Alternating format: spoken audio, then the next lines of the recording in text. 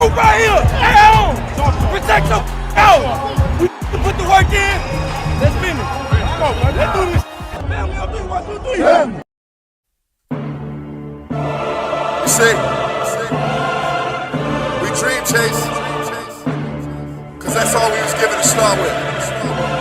Then we realized the dream was obtainable. Now look at us.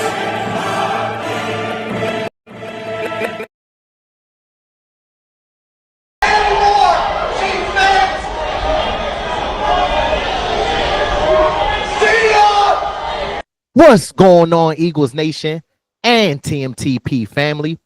Welcome to the Main Thing Podcast presents.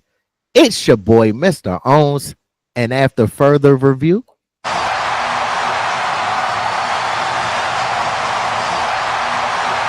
the call stands. I'm still official with no stripes. Happy Friday to everyone. To our loyal supporters, welcome back. To our new supporters, welcome to our community. Ladies and gents, gather around. It's story time with Mr. Owens, presented by the Main Thing Podcast presents. But before we get into that, make sure to continue to like our videos, flood our comment sections, share and subscribe to our content and our community. And last but not least, don't forget to turn on the notification bells so you don't miss when we drop this pressure on y'all, all right? But back to a serious topic. Like I told you, it's story time today on this happy Friday, this great Friday. So this story comes from Bleeding Green Nation, BGN. Shout out to them, and also shout out to Joseph Santiloquito, who wrote this article. So this article was about Nick Sirianni being in his last year in terms of his contract. He joined us in January of 2021, signing a 5-year, $35 million contract to take over Doug Peterson's regime that went 4-11-1 in 2020. As we all know, in 2021, we didn't have all the players that we currently have now. Our team wasn't as great as we are now. So we started out that season 2-5, eventually finishing 9-8. But through that season were some trials and tribulations and things that we had to fight through and be resilient with. Everybody was in a panic, including myself, not thinking that we were going to be able to make the playoffs or anything like that. So we were 0-6 against playoff teams. The lone win that we had against a winning team came by the New Orleans Saints. We ended up going to the playoffs that year, playing against Tom Brady and the Tampa Bay Buccaneers. Actually, I was at that game in Tampa, but the result was definitely not what I wanted to see. But nevertheless, Nick Sirianni started his tenure here in 2021. Why I wanted to talk about this topic is because Nick Sirianni is a special guy here in Philadelphia. Obviously, as we know, he's a natural born leader. He competes. He fits in nicely with Howie and Mr. Lurie. He's a great head coach that has a feel for how to manage his team, his players, and even his coaches changing year to year. I know that Nick Sirianni is resilient. Nick, he has a very, very loud personality. And as we all know, a lot of people kind of take it the wrong way and think that he rubs people the wrong way. Obviously, as we know, it's been a few incidents since Nick Sirianni has been here in Philadelphia. We know the first season that change kind of turned around when all of our lives growing up being Philadelphia Eagle fans, we lived by two things: run the football and play stellar defense. Nick Sirianni came in his first season and was a pass-heavy head coach. So what we do as Philadelphia Eagle fans, you know how we live and die by the birds. I remember seeing a handful of people with signs and things like that outside of the NovaCare complex to tell Sirianni, run the ball. Plain, simple message. That's what needed to happen to change it around. Obviously, we wanted to tailor the offense to our strengths, which is our offensive line, and still, in fact, our offensive line. Um, but with Nick Sirianni, it's been even with the start of his introductory press conference when he talked about the flowers and planting and letting the flowers sprout. You know, the results aren't there right now, but what's going on here is that there's growth under the soil. I put a picture of a flower up, right, and that it's coming through the ground, and the roots are growing out, and the roots are continuing to grow out, and everybody wants to see results. Shoot, nobody wants to see results more than us, right? We want to see results too, but it's really important that the foundation. Everybody was looking at him as a goof. Everybody was looking at him as a joke. The national media pundits, the local media, were somewhat clowning Nick Sirianni, saying that they didn't think that he fit well in Philadelphia. They thought that he was going to be a one and done. After one season, we'll fire him. Turns out that was wrong. Nick Sirianni is a fiery coach. He's passionate. He loves what he does. He builds a culture here in Philadelphia. And what he does is he gets the best out of his players. Nick Sirianni is an underdog. He's just like us. As a city as Philly, we're always considered the underdog. Hence, when we first won our Super Bowl, we were the first number one seed to be underdogs in every single playoff game that we played in. Obviously, we know that was a major factor because of Carson Wentz tearing his ACL, then having Nick Swole-Pole Foles come in and to relieve him and lead us to a Super Bowl. But nevertheless, it's literally just been an underdog story here in Philadelphia. And we like coaches like that. We're a blue-collar, tough, gritty city that doesn't take junk from no one. And why I love Nick Sirianni as the head coach is because he doesn't take anything from no one. He throws it in your face. He keeps receipts, the negative receipts that people talk about him. He shows you up when he does what he needs to do. I remember a few incidents where in the preseason game when we played the Jets, when Robert Saleh was the head coach in New York, he screamed across the field because one of the Jets players tried to take a cheap shot on QB1, and Nick Sirianni didn't like that. Again, sticking up for his players. Another time that I remember is when we played the Colts and we beat them. Obviously, we know that he has a history with the Colts, being that he was on the offensive side of the ball there as a coach in Indianapolis. He was jawing back and forth with the fans there. Even in Philadelphia, he jawed back and forth with fans. But one thing that sticks out in my mind, one particular incident was when we played Kansas City in Arrowhead on Monday night in 2023, and we beat the Kansas City Chiefs. And Nick Sirianni was walking into the tunnel to come back to the locker room, and he said, "I don't hear y'all talking that much, Chiefs fans." I'm paraphrasing, obviously, of course, but that's the fiery attitude. That's what I love from Nick Sirianni. That's the thing that makes me be on board with Nick Sirianni so much. When he first was hired, I remember that a lot of people didn't want Nick Sirianni. They wanted Brandon Staley, the former LA Chargers head coach, to take over. And then also another time, even in 2023, we all know that that wasn't the best year, but people wanted Nick Sirianni fired in the midway point of the season. People were calling for Bill Belichick to come and be the head coach here in Philadelphia. But I'm glad that Mr. Jeffrey Lurie and Howie Roseman stuck to their guns, had loyalty, and believed in Nick Sirianni to get things changed. And my God, did we see what Nick Sirianni has done here in Philadelphia? Some things that I want to talk about with Nick Sirianni is, obviously, we know a lot of coaches don't like him because they say that his antics and his arrogance, and he's pompous and he's showboaty. They don't really like that in the coaches fraternity. but it is what it is. We love that here in Philadelphia. We don't care what the outsiders, we don't care what other organizations think about Philadelphia. We know that we have our back through thick and thin, no matter what. Another thing that was amazing to me with Nick Sirianni is the fact that we started 2-2 this year.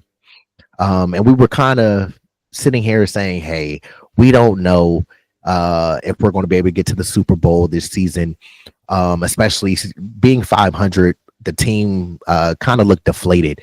Nick Sirianni and the players had talks. That's the thing that I like about Sirianni. He's open. He has an open door policy with players to come and talk, let things off their chest, and try to figure out a solution to the problem.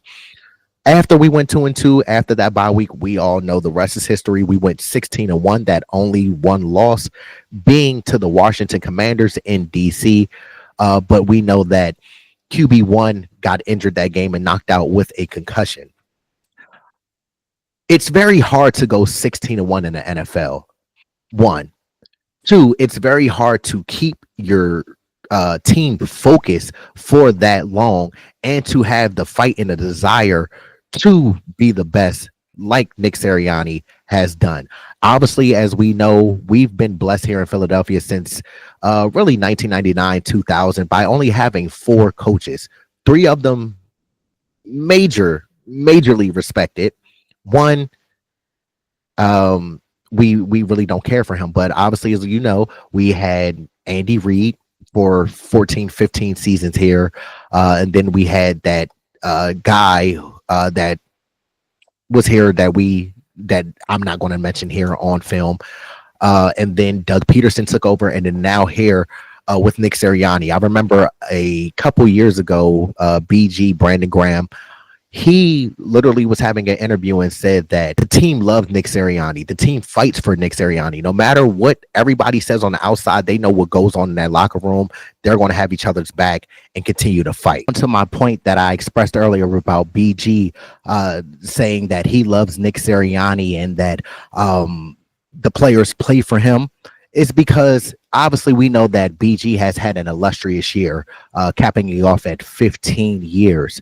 So you know that he has a lot of networking connections around the NFL amongst other players and organizations. But he said that he has talked to numerous players over the years and said that with their coaches or even their head coach, they can tell if someone is being genuine or non-genuine with them. Even me playing sports, growing up playing college football, you can tell when a coach has the best interest for you and when they don't. So for somebody of the caliber of BG to speak highly of Nick Sirianni in that way, we can only imagine and see why we continue to build the culture that we have and continue being the dominant team that we are. Now, let me give you some statistics and some accolades that Nick Sirianni has achieved in his time here since 2021. He's been here 4 years with the Eagles. He's made the playoffs in every season that he's been here with Philadelphia. He has a 48-20 regular season record, which equates to a .706 or 71% winning percentage. He's 54-23, including the playoffs. He has 3 straight seasons with at least 11 wins. He's 6-3 in the postseason. He has 2 Super Bowl appearances in 3 years, obviously winning 1, which we just won this season. What I love about Nick Sirianni is he has the ability to adapt. He doesn't get down on himself. He doesn't beat himself up, even though he's on the sideline and he's passionate, which we love to see. He doesn't let the outside noise deter him from what he's trying to accomplish. So now follow me real quick. All right. Make sure y'all staying with me. Let me do some comparisons of him against other coaches, what other coaches are being paid. Also, what coaches have won a ring or multiple rings, what coaches I feel are overpaid. So, again, follow me, all right?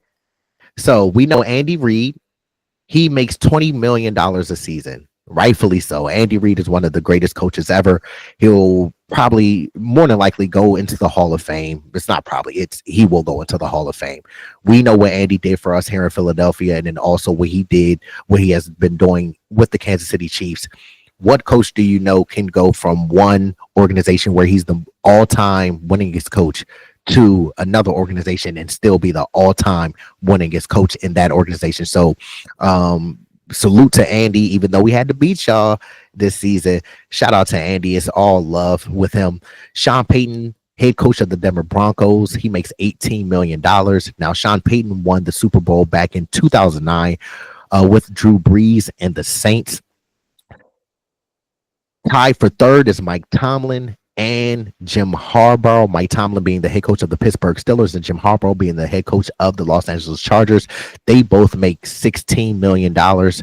Mike Tomlin has a Super Bowl as well. He won that back in 2008 with Ben Roethlisberger. Jim Harbaugh has a Super Bowl he went to a Super Bowl with the San Francisco 49ers, losing to his brother in 2012, but he has a national championship with the Michigan Wolverines. Fifth on the list is Sean McVay. He makes $15 million a year. He has one Super Bowl in 2022 with the Los Angeles Rams, and then losing another Super Bowl. But he has 8 playoff wins compared to Nick Sirianni's 10 playoff wins. Kyle Shanahan is 6th on the list with $14 million. We know what Kyle Shanahan does with the San Francisco 49ers. Continuously, they are always in contention and in a conversation of being in the Super Bowl. Outside of last season, because of all of the injuries, Kyle Shanahan has done a great job with San Francisco.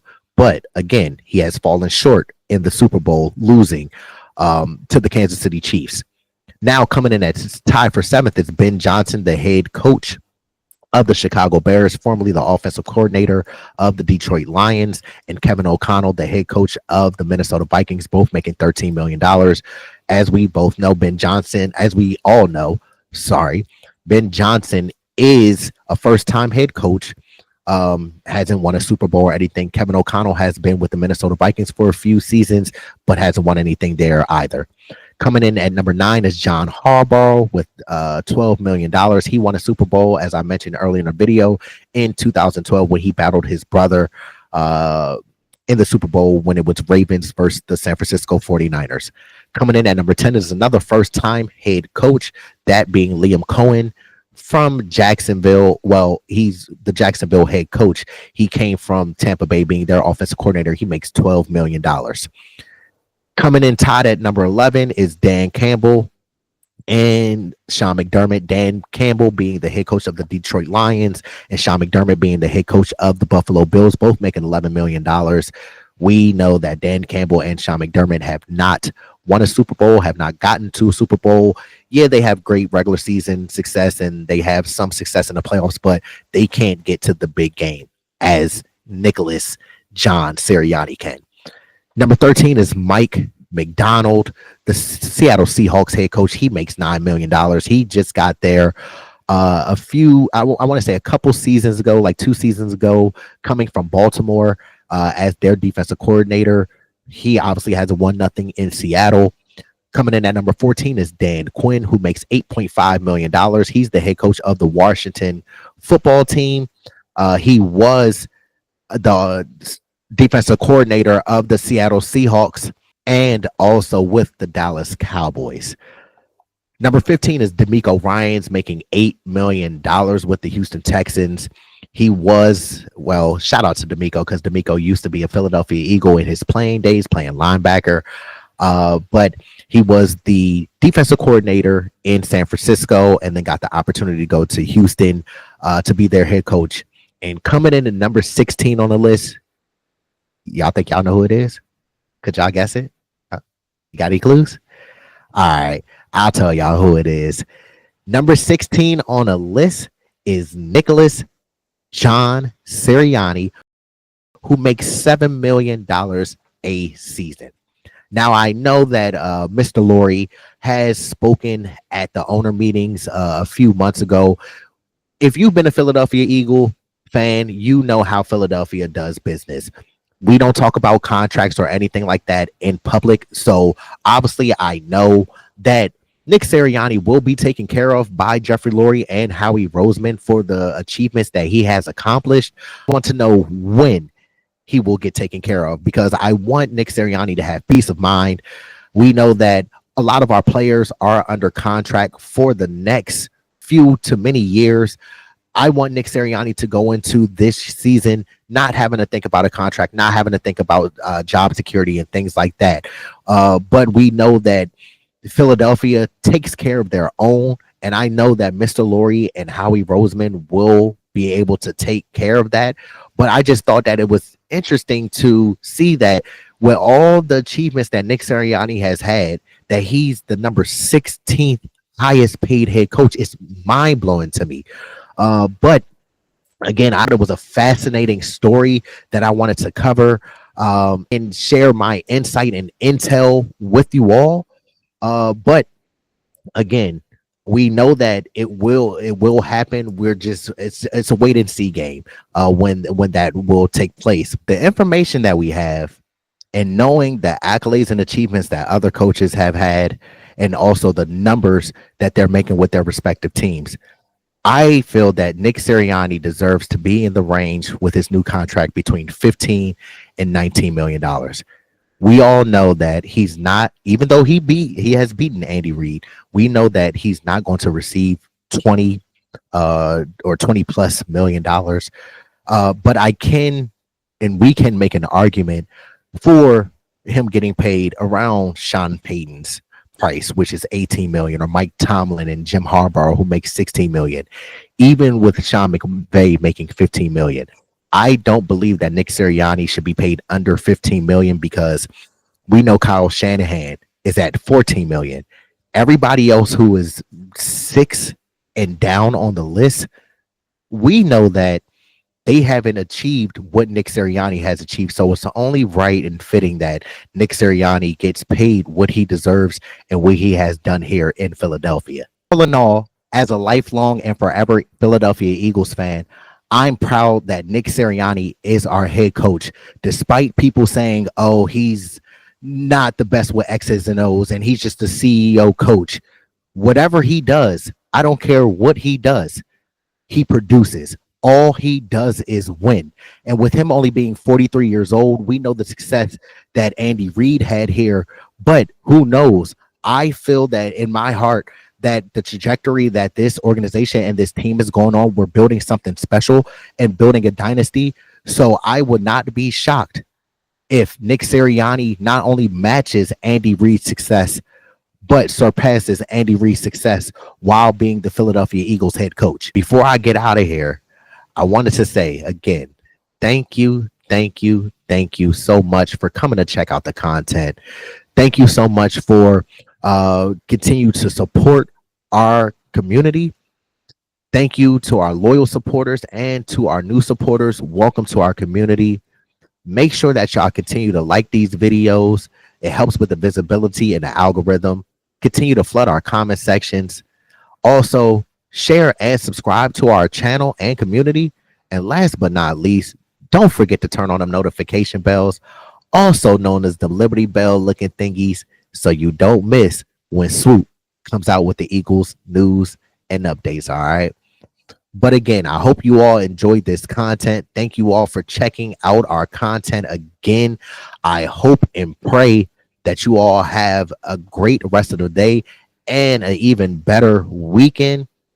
If you don't know, I go by Mr. Owens, and this is the Main Thing podcast, where we keep the main thing the main thing. From action pack to jam pack, when it comes to the birds, just like the city of Philly, I got your back. But again, thank you all for the support, and until next time.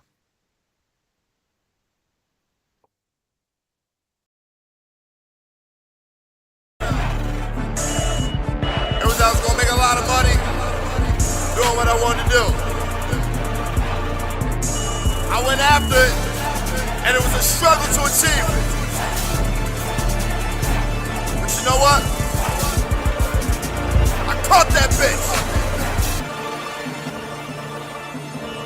chasers.